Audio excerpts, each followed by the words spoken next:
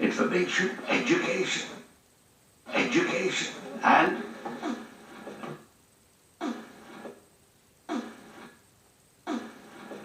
entertainment. And for free.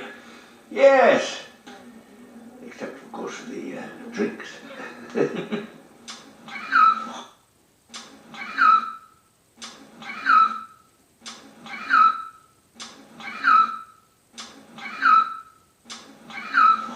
I'm just worried this